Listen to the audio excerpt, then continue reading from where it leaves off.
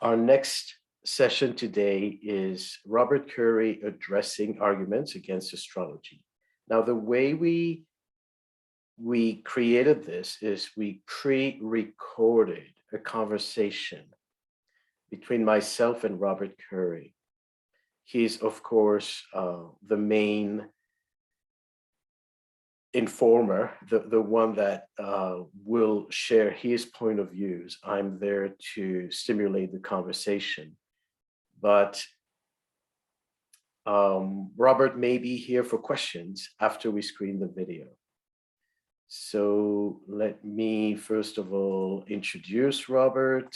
It's a real honor, to have spoken to him. Robert Currey is one of the first astrologers to write astrology software. This led onto his business Equinox, which has offices in the UK, USA, and Australia.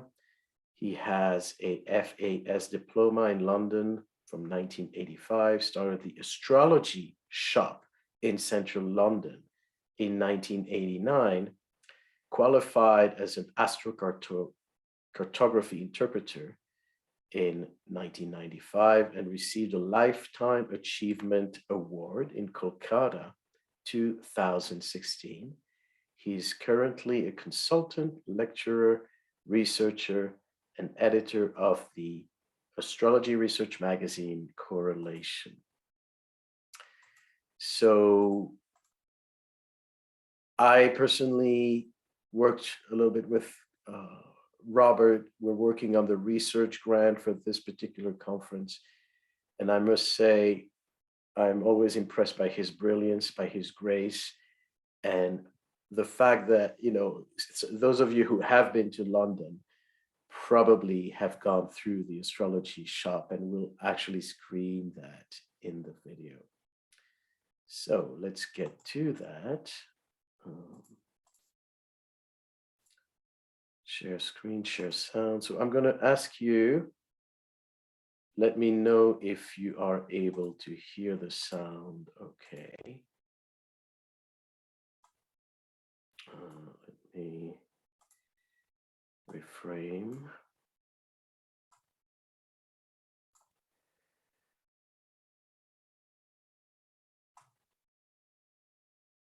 Okay.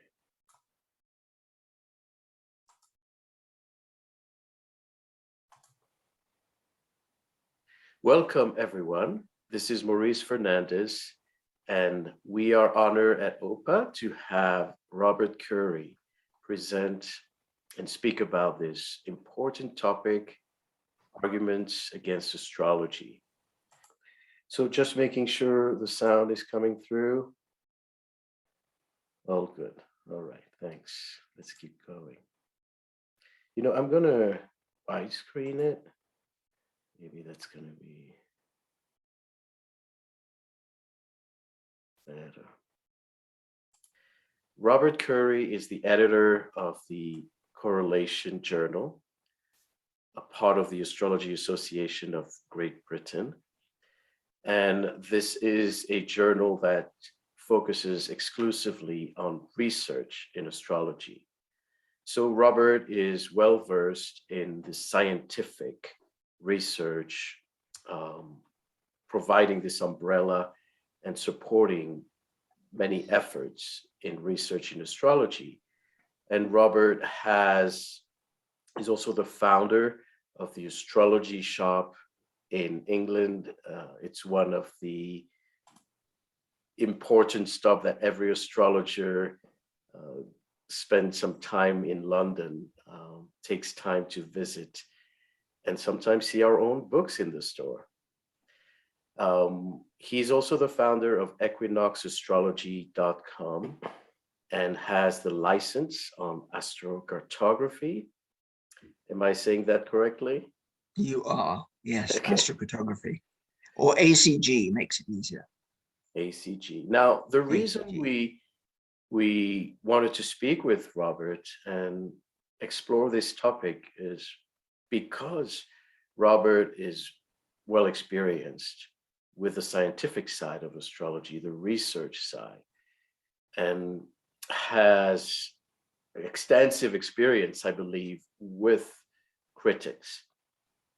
So Robert has written several articles for the Career Astrologer magazine, explaining some of the common arguments, but also the motivations, the intentions that some of the skeptics tend to regurgitate, so to speak.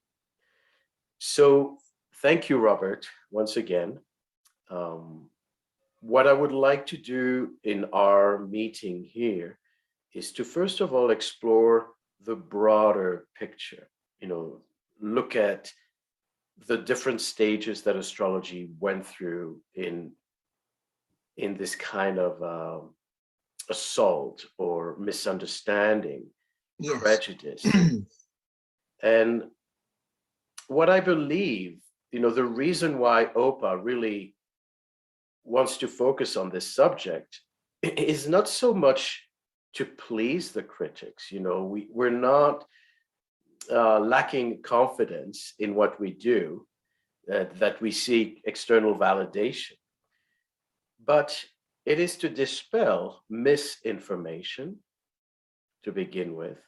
And it is also perhaps to learn something from our critics, to discern what is valid criticism and what isn't. So let's go back in time and see, if you have an idea, or if you can identify a common argument that, or several that have been projected, I would say, against astrology. Yeah. Well, I'm not an expert on the history of criticism of astrology, though I know there was Pico Mirandella, I think it was, which I've read about. I know he was a very strong critic of astrology, outlined in Jeffrey Cornelius's book, and I read about that. And I believe Cicero was a critic, but I think really we've just had this unusual relationship with the church and the popes over the years, where a real ambivalence, where some of them were practicing astrologers and every so often astrology was banned. So there was a history, but the rational attack on astrology, I suppose the best way of putting it, is much more recent. And our problems as astrologers were often with religion, and whether we and that has been the history. And I think that is the reason why astrology is no longer part of the education, because when the educational system split at the time of the Enlightenment between the arts, the liberal arts, and the sciences and maths, at that time, astrology never fitted into any of those. Neither would take astrology on, and that's where we were left out in the cold.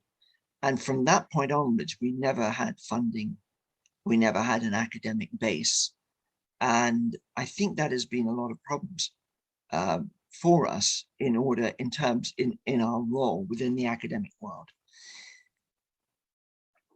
So that's, that is a very important, I believe, understanding of this sequence.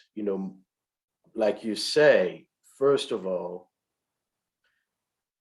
the difficulty to integrate and to be accepted was mostly directed by the religion and by the church.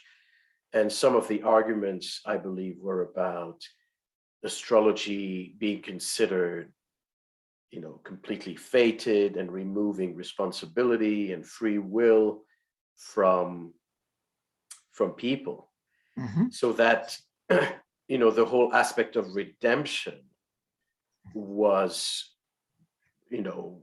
allegedly taken away, which is, of course, not accurate.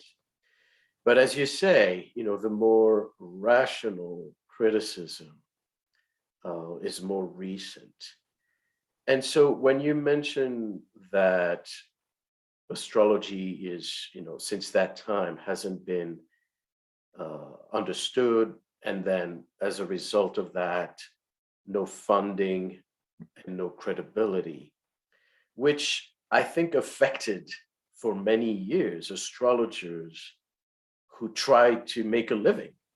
Yes. Not only, we're not just talking about acceptance on a moral level, on an academic level, but we're also talking about being able to sustain ourselves, being able to have a proper practice. Yes, I think And so, the problem, sorry to interrupt, I think astrologers, we've always had to compromise in what we want to do between what we sometimes have to do. And that, recently it's been in sun sign columns. But it was still, even going back to Kepler, who wanted to do research, but would do private practice. And I don't think, the impression I get was that was not what he was motivated by as much as doing the research into astrology. Yeah. And so let's explore some of these arguments, the most important ones or the most common ones. Yeah. And my hope is that when we understand our critics, we can also proceed into the future, more Yeah. wisely I agree.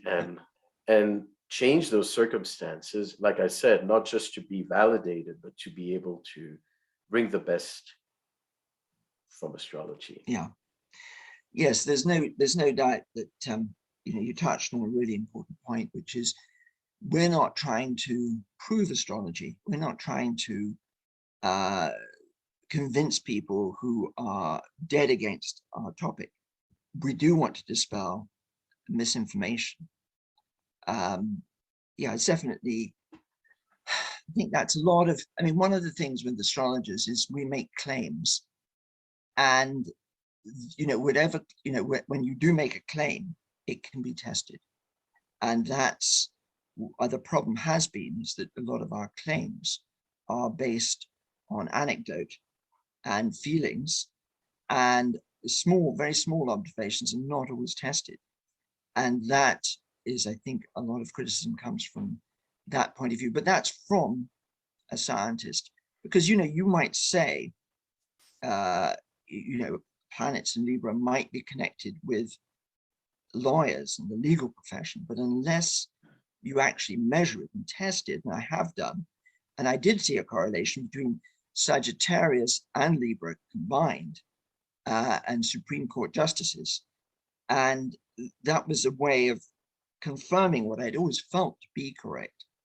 But I think it would enhance our field if we do test these things out.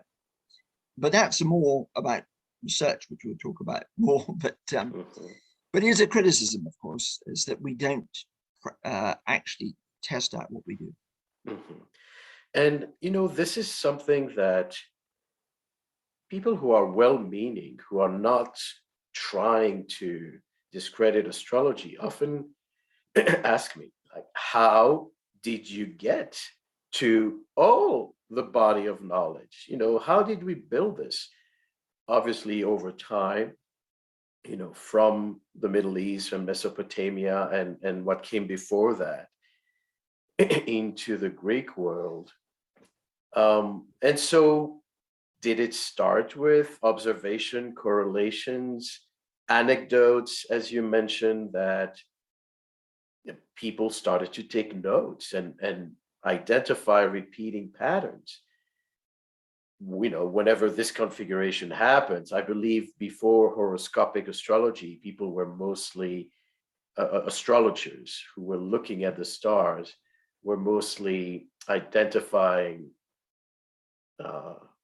world events, wars and plagues and Yes. and more general collective events. Yeah.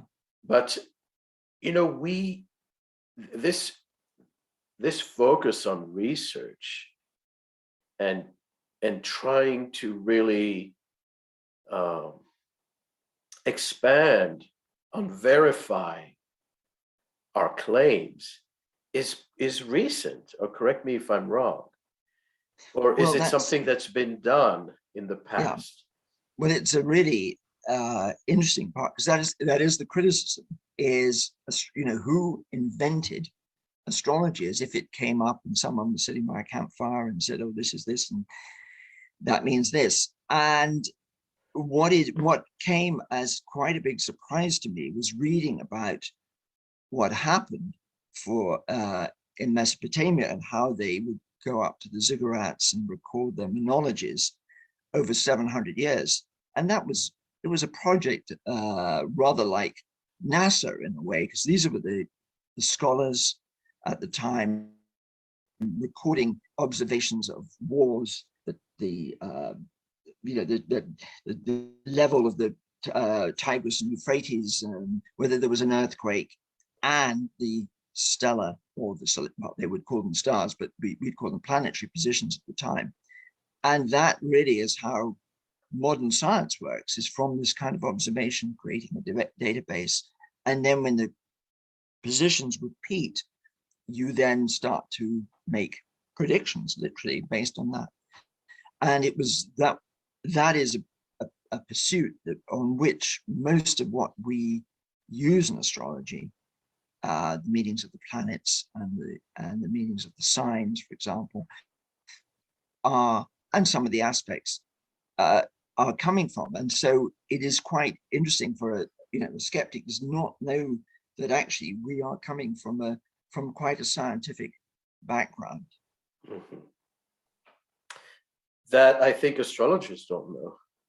No, I don't think so. So we're just following. I mean, I see the research that I do, and a lot of other astrologers do, is just following on from what they were doing. Mm-hmm. Yeah, and if we look at how most of us got introduced into astrology, whether it was through the sun sign columns and cookbooks, and resonating with some of the things that were stated there, and then taking it to a deeper analysis and deeper study. But there's something about our own personal interaction. A critic, a skeptic will read this, and quite often the thought process is, I don't know if I identify with this or not. The thought process is, where is this coming from, and how did they reach these conclusions? Yeah. Instead of, oh, that's actually describing me pretty accurately. Yeah. So there's this resistance to accept it, even before really reading about it. Yeah, totally. Which I think is, I'd call it mechanistic, in the sense that unless they know the mechanism, it can't be real, it can't be true. And I really understand that, but it is not a scientific position, it's an emotional position. It's like you're judging plausibility. That's fair enough, but that's, like you say, if you don't want it to be correct, then you will use this lack of mechanism as a reason. But there's many parts of science where we did not know the mechanism, and still the system worked. Like compass, we were traveling the oceans, discovering continents, without really understanding about the magnetic poles and how it was working at all. And the same applies to the aspirin. We didn't know until about 1971 with the mechanism for how an aspirin works. And and plate tectonics, which was another case. As a child, I'd look at Africa and South America and the shape, and I thought they'd fit together very nicely. And they said, nonsense, that's just coincidence. And then it was while I was still at school, that was being taught. It was just a change in the textbooks. So, and the most famous one is Semmelweis, Ignaz Semmelweis, who discovered germs. And again, he was vilified, a bit like astrologers. Nobody would accept his work until Pasteur was able to show the germs. So that's a very big leap for people on the mechanism. But I do think there are fairly good answers to that. But the mechanism isn't, if ever you or anybody's arguing astrology, I would never go the route of arguing it based on the mechanism, because the moment you go into the topic, you might well have someone who's a physicist who will start cross-questioning you, and the subject it's an interesting subject, it's a big one, and you really need to know your stuff if you're going to get into an argument about mechanism. Understood. But like you mentioned, that's I think the most important point or realization is that this happens in different fields in science. Yeah. And we still do not fully understand, or at all, the mechanism of astrology, but we do see a correlation. I believe that, the skeptics will interpret that as, just like we say they have an emotional resistance, the skeptic will say they have an emotional need to make it work, and their bias, their bias is, is encouraging that kind of trust. Yes. But as you said, the mechanism aspect is critical, because it shouldn't be the reason why astrology works or doesn't work. And the fact that you provide other examples where the mechanism was not known, and yet later in the process was proven accurate and reliable, I think is very important for astrologers to hear, and also for skeptics to hear. Yeah.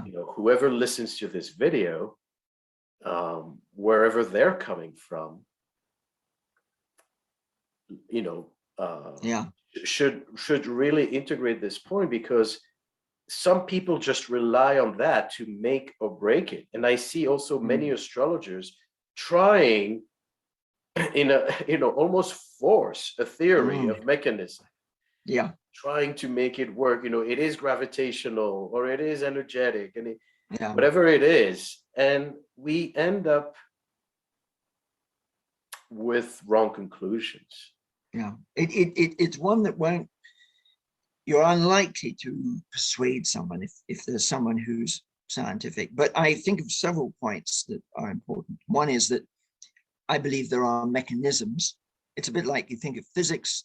There's many different mechanisms in physics, and wary of comparing astrology to physics, but in that sense, I believe there are many mechanisms, and obviously tidal forces, gravitational resonance. And I would always recommend people to read Percy Seymour's book, which talks about the solar tide being affected by Jupiter and Saturn, gravitational effects of the planets, the lineups, and how it affects life on Earth. And then there's the sunspot cycle that also ties in with the would be the Jupiter-Saturn cycle. There's a number of cycles, they all tie up. I have them listed somewhere, but I mean, the barycenter, we see very graphically that Jupiter and Saturn affect the barycenter of the I'm reading a paper at the moment that sees a 179-year cycle, including Neptune, that repeats, and that's where the barycenter is at its maximum.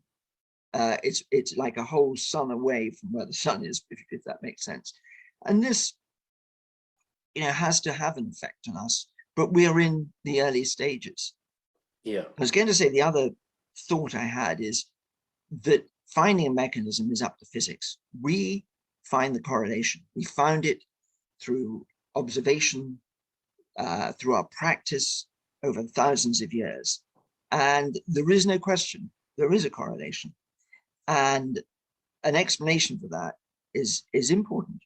But I think that the physical explanation, we up to physics, it would be a success if for science, if they discovered a mechanism for astrology. Unfortunately, Percy Seymour had a huge amount of resistance because the scientists, because of entrenched views, did not see it as a victory for science that astrology actually had a mechanism, but they saw it as well, just something to be swept under the carpet, which is unfortunate. Yeah, just continuing on that, I think if we look at the year 2020 and what went, the whole global crisis, and astrologers largely being able to identify that something of that magnitude is going to cripple the economy and is going to affect, world affairs. And we speak about Pluto and Saturn, essentially. And, Pluto's gravitational force, it's not that significant, No. Far away, tiny rock. And if we relate that to Scorpio and Pluto, we see how that captures that essence so well that it's insidious. But at the same time, we speak about gravitational forces, and we speak about, like, I like what you're saying is that the mechanism probably includes multiple factors. It's not just one formula. And that is why I believe many of us astrologers and the skeptics, keep failing, because everyone tries to narrow it to one thing. One thing you mentioned about Pluto, and we all think, how can I say it, that the astronomers do not rate Pluto as a planet, as you know. Though I think that view may change, because they are beginning to discover that Pluto does have a series of moons, one of which is almost as large as Pluto.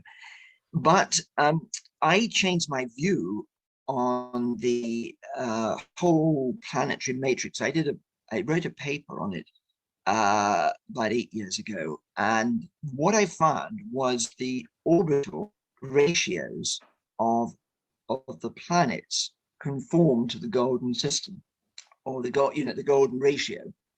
And Pluto and Chariklo and Sirius and Chiron were also in the same formula. Now, whether they would, it's like all dancing to a kind of, to a wonderful, like a symphony almost.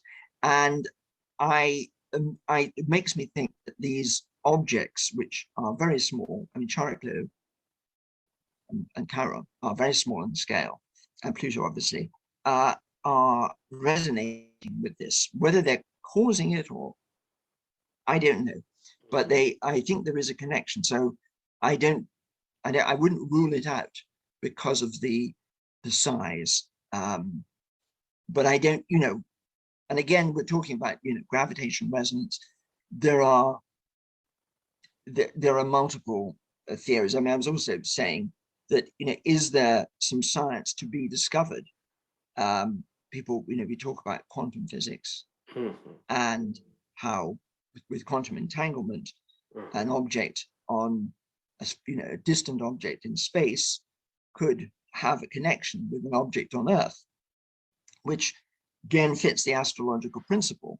And we don't know very much about it. And again, I would generally advise astrologers to think about it, but this is a subject that may well unfold over time and will be much clearer about it. So, but that again opens up a whole area.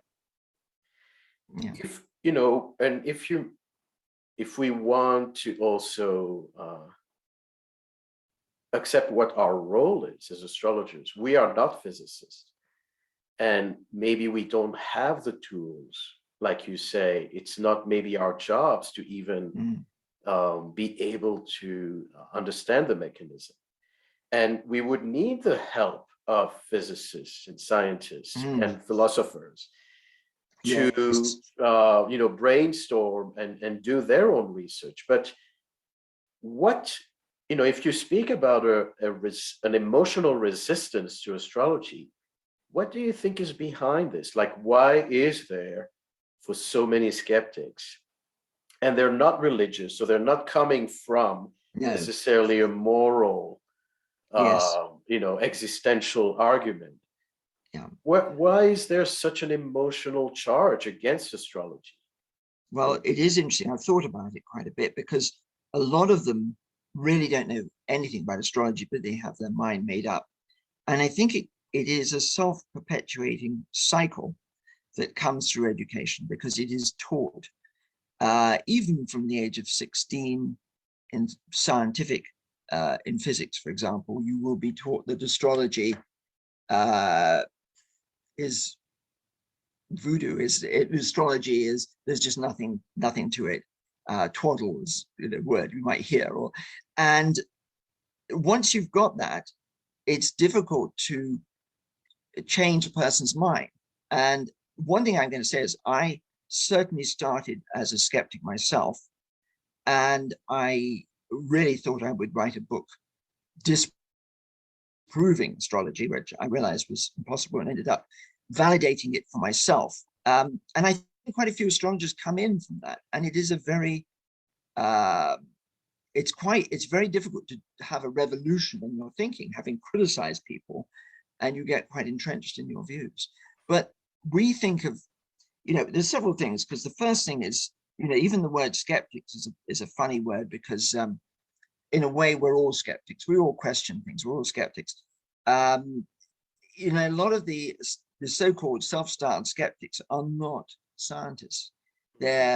Sometimes they're musicians.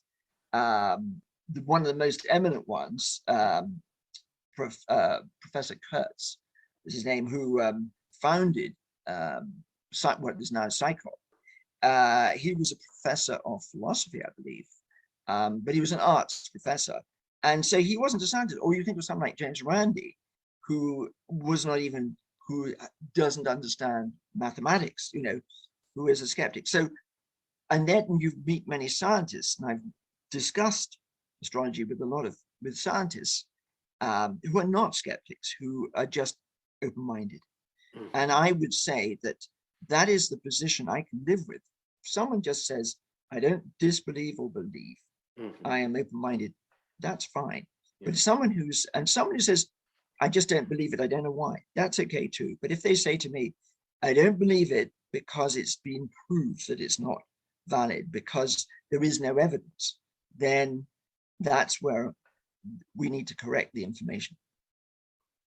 Yes, and I believe, there are two issues here that become dangerous even for us, because we talk about, the astrologer's income being affected by, a global resistance to astrology.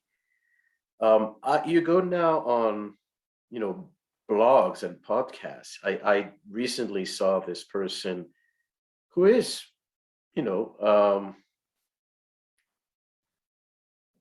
debunking everything that's around him. And so he had an episode on astrology, and of course his immediate go-to place was that the sun signs do not correspond to the constellations. Yeah. So because of that discrepancy, they don't understand the tropical zodiac, what it's based on. That's something that Gemini Brett, is touching on in this series of presentations. But for them, they have the proof. It's their flag that how can it be true if the astronomy is basically not corresponding? The other thing I want to highlight is that today we see, hints, and we live in a climate of distrust and a climate where there's tremendous confusion on a global level about Yeah. information, Yes. about science, about the media.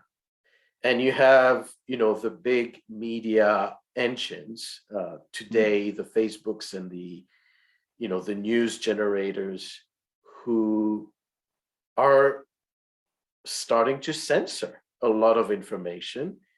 Yes. And it starts with, COVID, misinformation. And easily, we can see that if someone doesn't like astrology for all these reasons, ends up at the wheel, we could be targeted. And this Yeah. would really have a deep effect on Yeah. everything. I agree. And I've been thinking that, when we see, it's very easy for us to see something we don't believe in and we're delighted. Oh, well, that's out of the way. But as you say, who's next on the list? And I think that is a reason why we need to develop, we need to think about the rest of the world. We have had a history of being suppressed, and we need to look at the critics, as you say, and anybody who's got any power, their criticism will come from a rational point of view. So if you're an educator or a politician, just anyone, even the head of a corporation, but they perhaps wouldn't have so much power. But these are the people that have power over us, and we need to have some kind of evidence for what we do, because I think that would make us stronger. Mm-hmm. It won't change overnight, but I think just slowly building up evidence is important. And I published a list of 63, something between 60 and 70 papers that supported the notion of astrology, and these are all peer-reviewed papers. And it's just something that we need to build up in terms of evidence, because we know it works. We see it working. We've got to understand why. There's a little bit. Where can people find your papers? That would be in Correlation Journal. Mm-hmm. And when you subscribe to Correlation Journal, you get access to all the past editions. So it's correlation, correlationjournal.com. But you also get the current issue, and you can get hard copies or soft copies, whichever is preferred. But that's the objective. And yeah. Oh, thank you. Yeah, that's the place. Yeah, very good. Yeah. So yeah, and we're getting some really, I'm going to plug it, but I'm the editor, so I can. But we are getting some very good papers coming through, and we have to reject some of them. There's a lot that just aren't, they don't have a control group, or there's reasons why. And we try not to have too many qualitative. We prefer to have the quantitative papers. And that, I feel that if change is to come, rather than say editing in Wikipedia, where you say, oh, this is true and that's true, I think that you've got to go at the very deepest level and start providing evidence and then build from there. So speaking about Wikipedia, yeah, you have more experience, but we are all aware about the fact that the astrology page on Wikipedia starts with the sentence, astrology is a pseudoscience that claims to discern information, blah, blah, blah. So this, Wikipedia is visited by millions of people. It's not regarded as the most credible source, but it certainly is mainstream and affects the opinions of millions of people.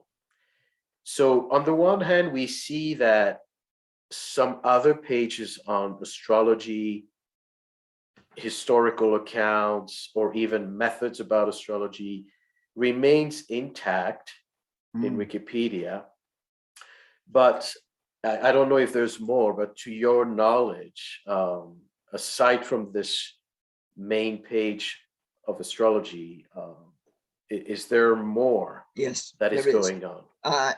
There's a page on astrology and science, which is the supportive page to this, and the way the thinking is among the editors who are skeptics, and it is that astrology was once a science, and it was a very great science, and they admire the history. But today, it is a pseudoscience. One of the difficulties with Wikipedia, and where I became very disillusioned with it, is because they do work, the editors work in collusion.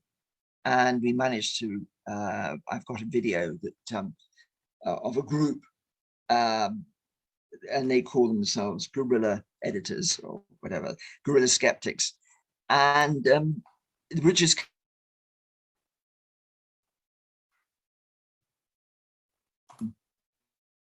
not a problem. So with the Wikipedia page, one of the problems is that I discovered that the skeptics, who were very powerful and would reject anything one tries to suggest, and constantly tries to push their own agenda, were all working in collusion. Not all of them, but many of them were. And I have a video online, which is with one of the coordinators, and they were self-styled the guerrilla skeptics. And when you have, because there are more people on that side, on the skeptical side, than there are astrologers who want to edit Wikipedia, it's imbalanced, and that is one of the biggest problems, really. We like to think of it as being a wonderful way that people are editing, but actually, when you get an imbalance, it's very unjust, that page. And we go back to people having power over us and making decisions for us. Yeah. When they, if they were at least informed, if you could say this is someone who studied astrology and realized it's not working, you can be a little more sympathetic, graceful about it.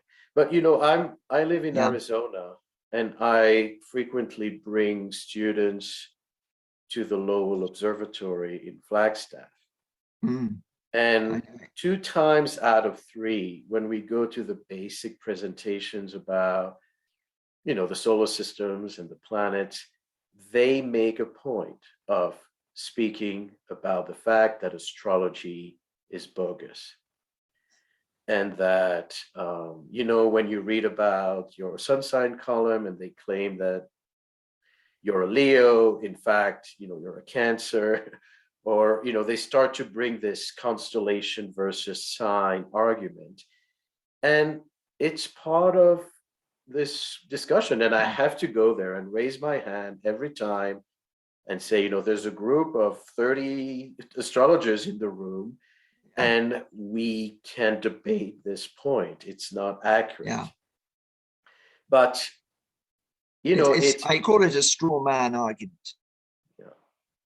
Yeah.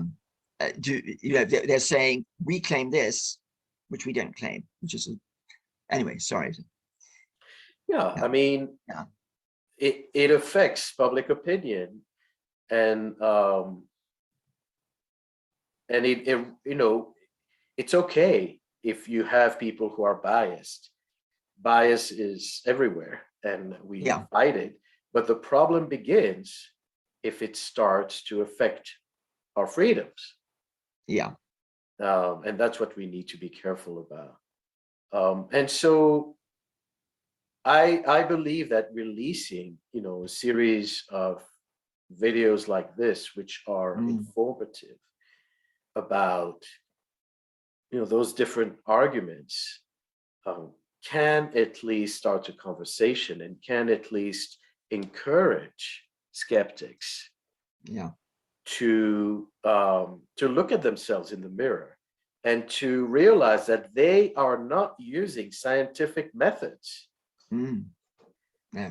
to claim their their criticism of astrology. Yeah.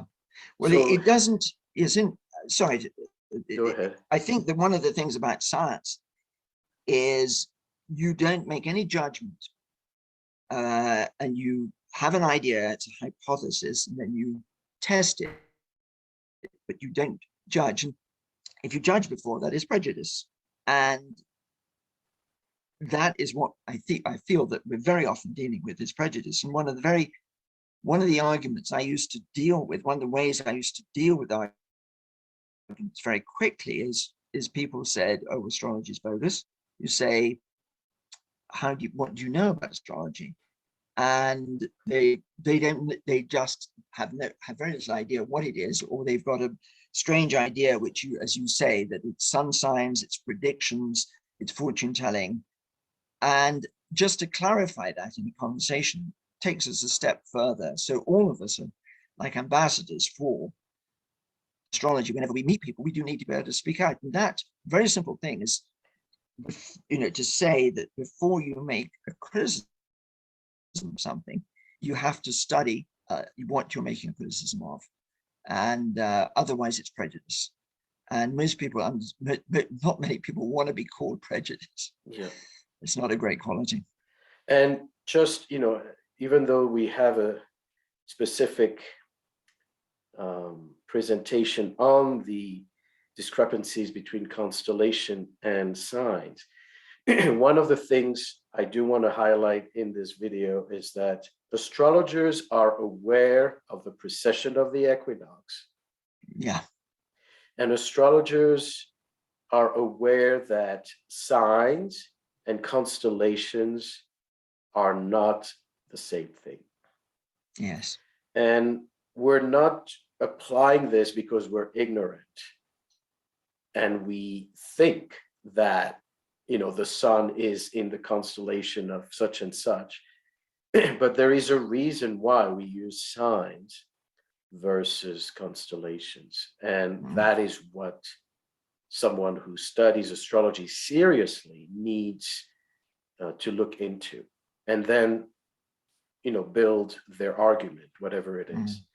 But I will say something we need to learn as astrologers is that this needs to be better integrated in every school of astrology, because until very recently, wherever I studied astrology, there was no mention that signs and constellations were different things.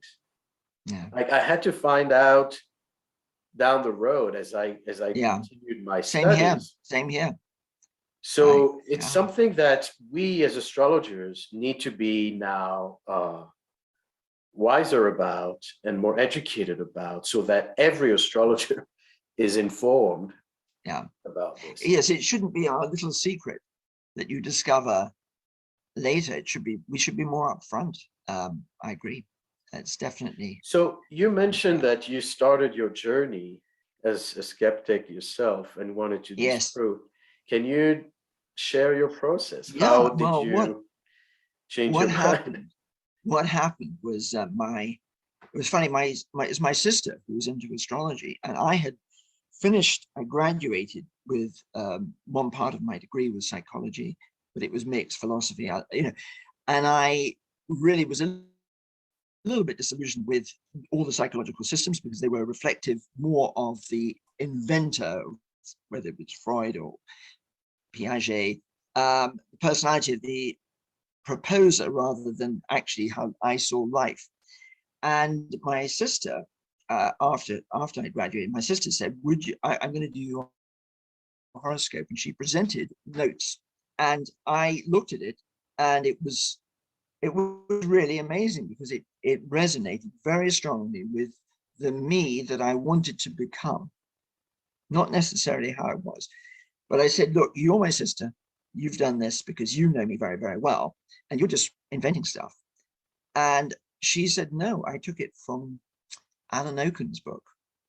And she literally took paragraphs and copied, hand wrote them out.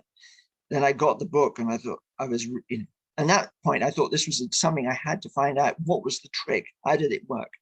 And then tested out the family, and it kept working. And I still was very doubtful. And I pursued a career as a commodity broker. And in the evenings, I studied astrology in the evenings. So I was doing futures, but that was sugar futures and then human futures after that. Interesting and fascinating. And I think this is how many of us really got pulled in, this, because it's something, like you say, it's not your sister. It's an objective source or an external source that ends up describing processes and internal dilemmas that so accurately. Yeah. So, well, it's funny, but sorry, go ahead. No, go ahead. I mean, one of the criticisms, an interesting subject that, when astrology works in tests, the critics immediately have an answer, which is when it worked in various tests on blind tests, where astrologers were able to match charts in blind tests, they said, oh, the astrologers were psychic. And then there was other tests where sun signs will work very, very well in tests. People perhaps don't know this, but it is well known even among skeptics. And they say this is self-attribution. Someone has Leo characteristics because they know they're a Leo, and then they live up to that. But and then I was thinking, well, is my personality as it is because I am a Libra? And I do remember as a child, my father's boss called me a little diplomat. And I was thinking about that. And I thought, well, maybe the Libra bit, it was there. It was always there, but I'm just saying sometimes it's like pinning down a bar of soap, because even when you do produce a test, the skeptics, will express that. So what is our way forward? Well, I think it's it's patience, accumulation of evidence. I think one of the things I believe very important is not to preach astrology. I'm good at defending it, and I think it's good to defend it rigorously and robustly, but not to thrust it down people. And I do think one of the best things is how we live our lives and how we treat people as astrologers is how people would judge us.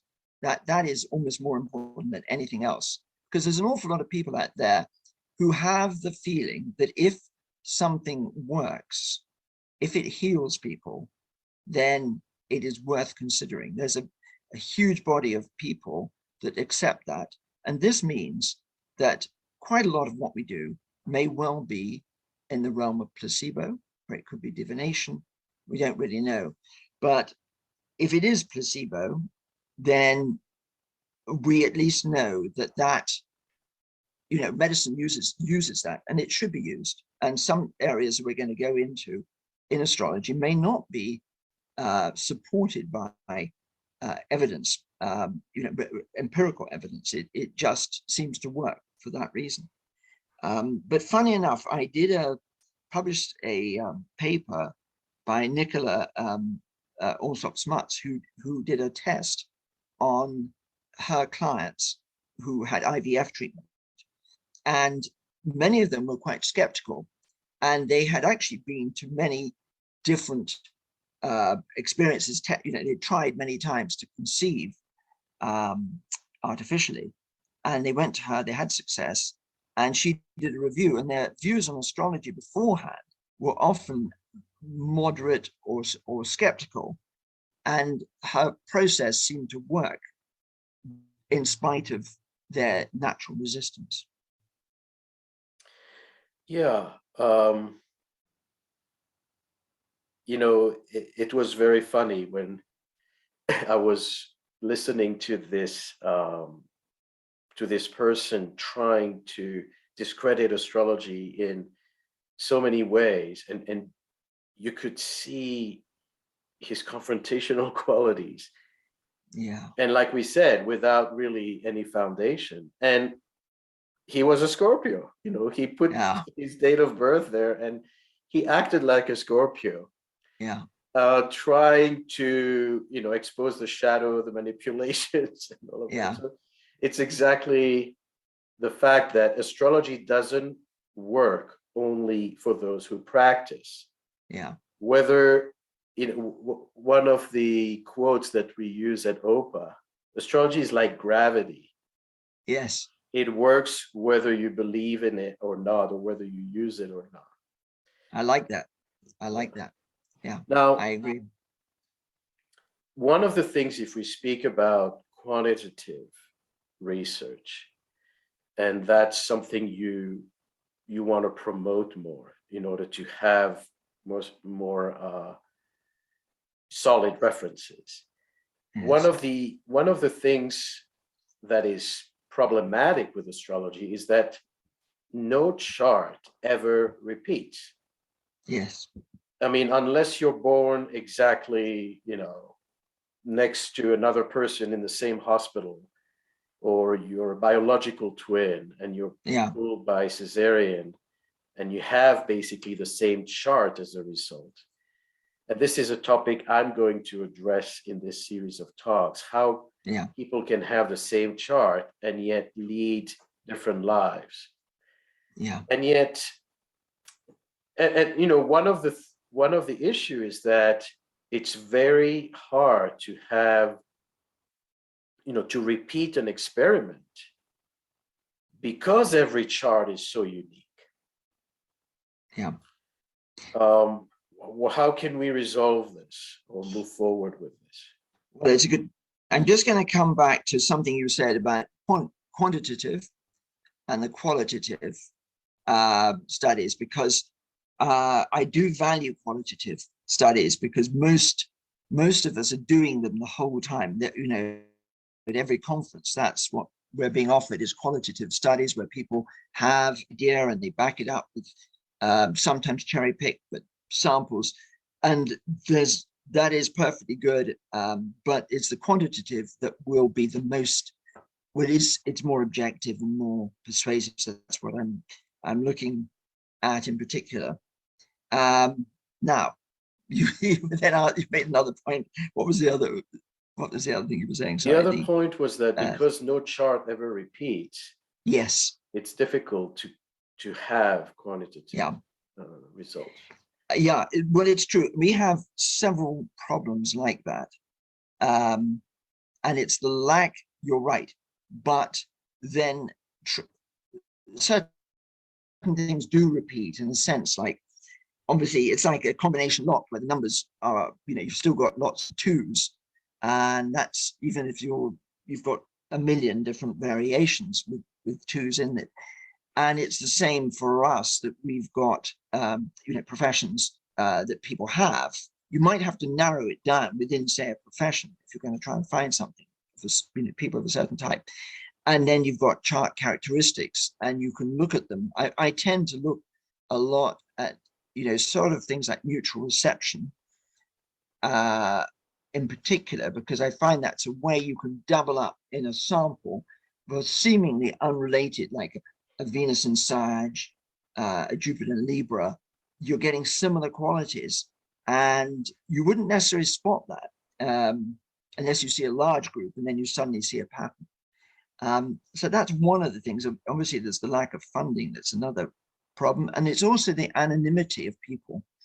Nowadays, data is so controlled to get the date and time of birth of a group of people. Most of what we have to do is just collect it manually. It's very hard to get. People just don't supply it. And I think that's one of our big problems right now. I mean, the way Goklan got his data, I don't know whether it would be so easy to do nowadays, I hear even if it you. was manual. Yeah, sorry.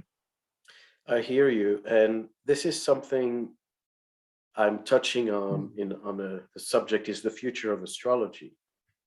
And that's something I want to touch on with you, is that despite, the resistance and the continual efforts to bring back the 13 sign conspiracy and the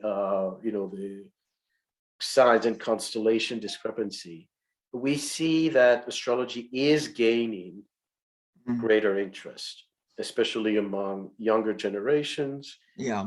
Who some are, going more deeply with it. Some are just playing with it for entertainment value. When we look at the future of astrology, one of the risks that we refer to in the talk about the future, where is astrology headed, is that we could get to a point where astrology is used against us. For example, if it gets mainstream, if more and more people culturally open up to astrology, you're going to start to have prejudice. Yes.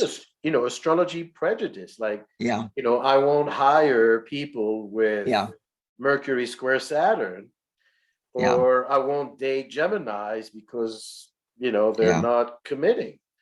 And so that's, we can see why, as astrology becomes more and more visible, we can see why some people will want to keep their data private. Because they don't want you to judge them, and they don't want you to use.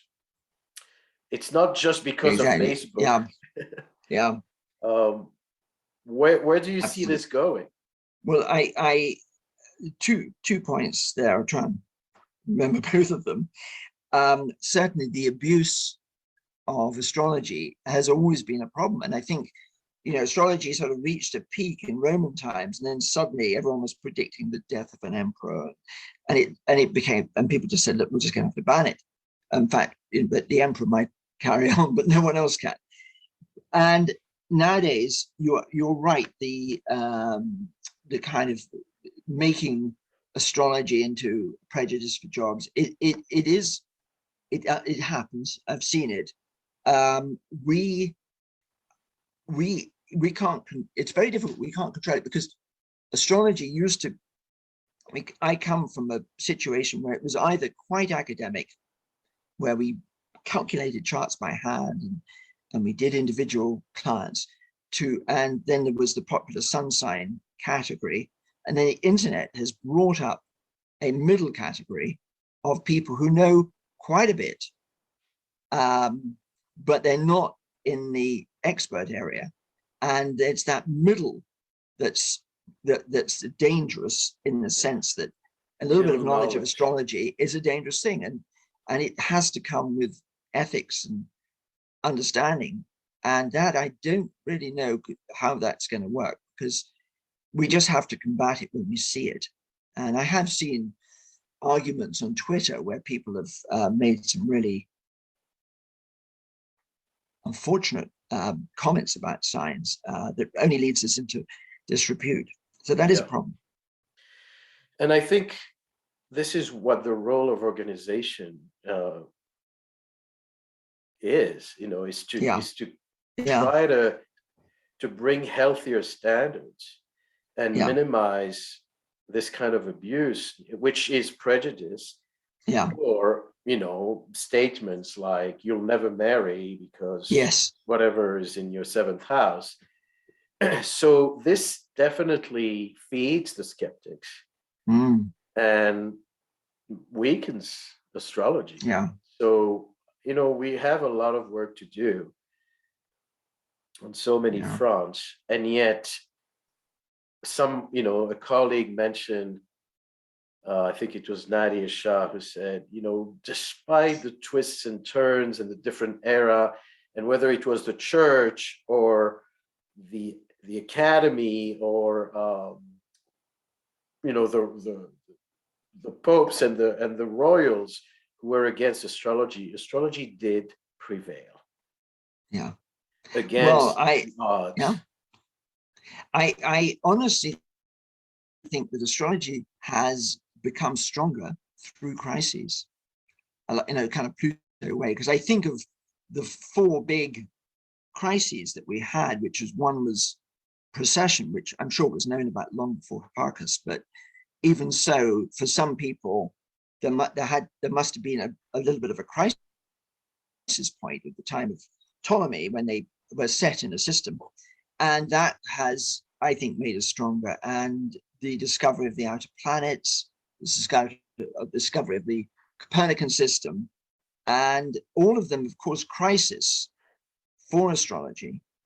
And I think they've gone into dark ages after these discoveries, because people say, oh my God, how could it still work? It's been, and then suddenly it's come back, and suddenly the outer planets actually, they are, they've added hugely, in my view, to our field, and amazingly. So we're very tenacious as a field, and but I think our survival is not inevitable, in the sense that I think it's a lot to do with us, what we do, and fate that we choose. And that, again, I think research has got to play a part in what we're doing. There's many other good things that are being done by astrologers in the academic world, and fantastic books, and yeah, I mean, very good apps. That's fantastic, bringing astrology to people. So we do have our lean periods, and I don't want any of us to be in a lean period for astrology. I also think that astrology is part of nature. And even if we get to a point where there are 0 astrologers in the world, it will eventually reemerge the moment someone's going to look up or look at the horizon and see something happening, reflecting those alignments. That's a very beautiful idea. I love it. I never thought of it like that. But you're right. I mean, one thing is quite, I was just thinking about our discussion today, and the debate about astrology being a science and not a science, and being an art. And I think there's no doubt in my mind the practice of astrology is an art. We use a lot of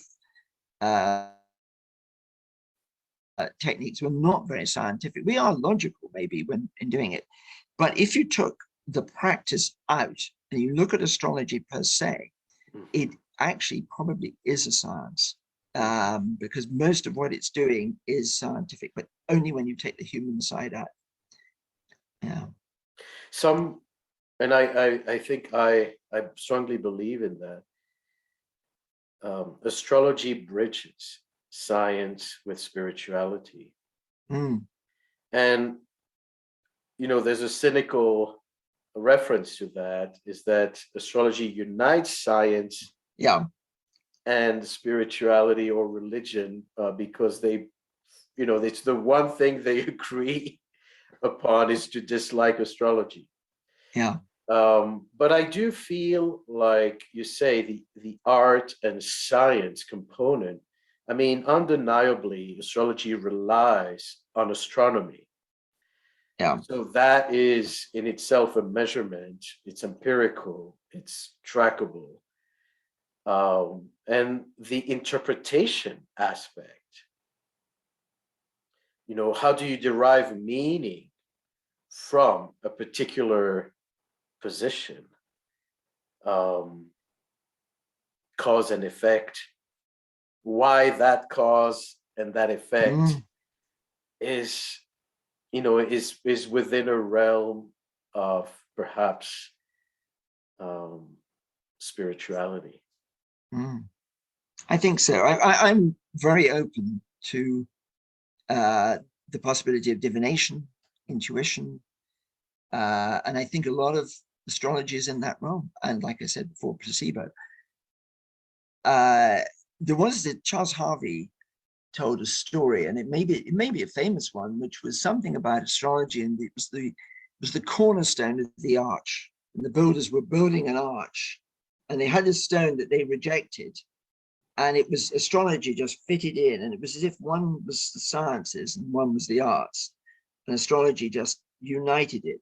And I think the idea that the builders couldn't recognize that stone and thought that is an odd shaped stone, I think that's what we're dealing with. And I think that that's some of the resistances, like the universe can't be that simple, or that perfect, that beautiful. I think that's a great point, because the moment you realize astrology is working, you suddenly realize something way greater than that. It's not just Yeah, astrology. You realize yeah, there's intelligence in the yes, universe, and that it's not all completely random. yeah. I agree. I think that is that again, if you are a dedicated atheist, you might find that concept dangerous because it potentially undermines everything that you've believed in. Mhm. Um, yeah, Any last so points? hundreds. But no, I mean, this is such a big subject. Um, and I was thinking that one of the things that is useful, maybe something I could write about, is you when you get into an argument with people about astrology, and once you've qualified them with all the things and you've defined what astrology is, and and I think that has to be to do with the correlation between celestial and terrestrial and events on Earth, and that it's not predictive and sun sign. Once you've got through all of that, I think it's important you don't see it as a winning an argument. It's just informing and then bringing them to the point of view that they can either rule it out, but they don't have to sort of believe it. So it isn't a competitive thing. Absolutely. Now, I do want to touch on one last question. Yeah. Um, and it goes, you know, it goes back to the fundamental of why we're doing it in the first place. Mm. You know, you mentioned how there's so much progress to be made on so many fronts. And we all see astrology working. Now, for someone who is outside the field of astrology, aside from our own personal joy doing astrology, why is it important? Why do we need astrology? Can we live without Mm. it? And how can it benefit humanity? Yeah. I think this is a really good question, but I suppose we start with ourselves, and I think that it has the potential to make us a better person. I find sometimes I like the way we are sometimes acting out of drama. Sometimes, you get caught up in life, and then you see it as more of a drama because you can understand what the energies are. And I think that will help people, and it will help individuals to tolerate others. And then when you look at world situations, you start to feel like, maybe they could, if they understood some of what was going on and why there is tension at the moment, uh, what the forces are, and if there was some self-analysis, that would help. But the other thing is interesting because I myself, maybe it's because I'm a Libra, but I find through astrology, it really confirms the experience that life is not about polarities.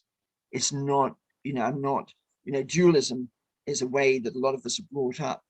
And I look at controversies, whatever it is, vaccine, Brexit, Trump, Biden, Boris Johnson, all these things where people have very, very strong views. And I'm thinking, and I have to sort of stand back and think there are two sides. And astrology has helped us understand that. And we might watch these as a play rather than get too much into that play. It is very Libran. And that is, I think, is absolutely true. It doesn't undermine the value, but it's beautifully put. I think the bottom line is that it can help us make better decisions Yeah. ultimately. I need to add that I'm Sag rising, so I'm always putting my foot in it and preaching not what I would believe in. It's what I believe in my head, but the Sag rising wants to go in there and has all kind of strong opinions, and I've got to just focus just on research. Well, I believe that we're here for good reasons, and Yeah. we are just showing up.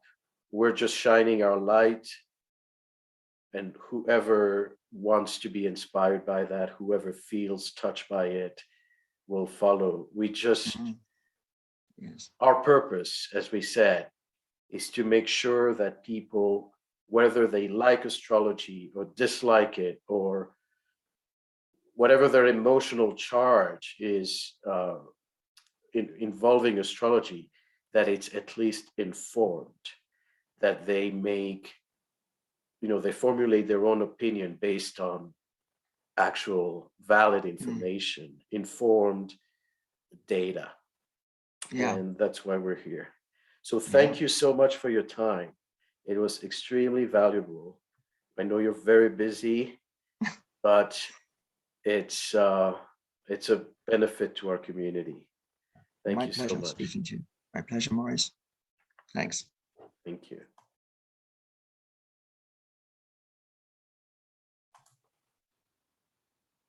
Welcome, everyone. This is Maurice Fernandez.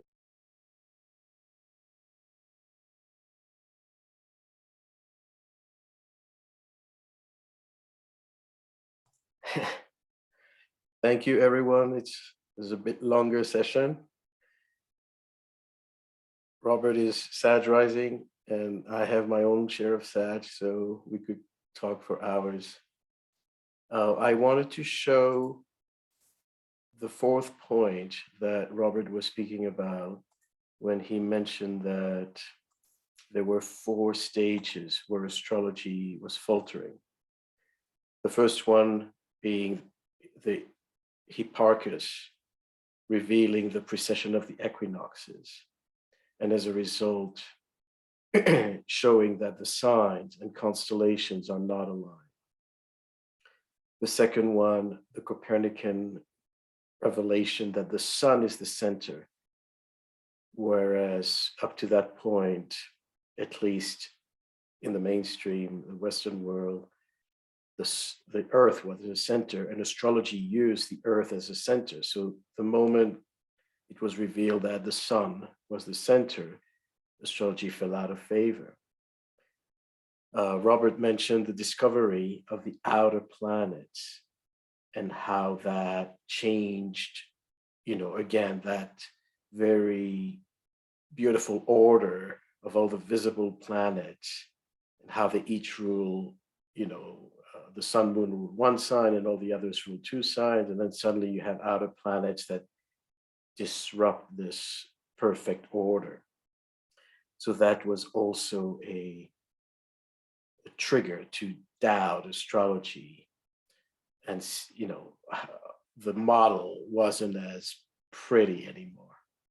And then he mentioned the letters that scientists wrote together. Let me share this. So this was done in 1975, where, and I can post the link in the chat so you can look at both the statements as well as the arguments. So many scientists gathered together to basically establish that astrology should not be reliable. And you should read this very important reply from Carl Sagan about this effort to discredit astrology. And Robert wrote a message about this, which I am going to cut and paste to the chat box.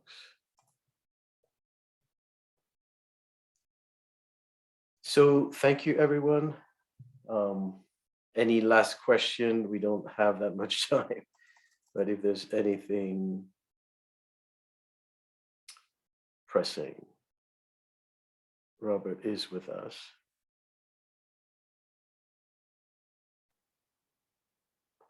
Great. So let's take 10 minutes and come back at 40 past the hour.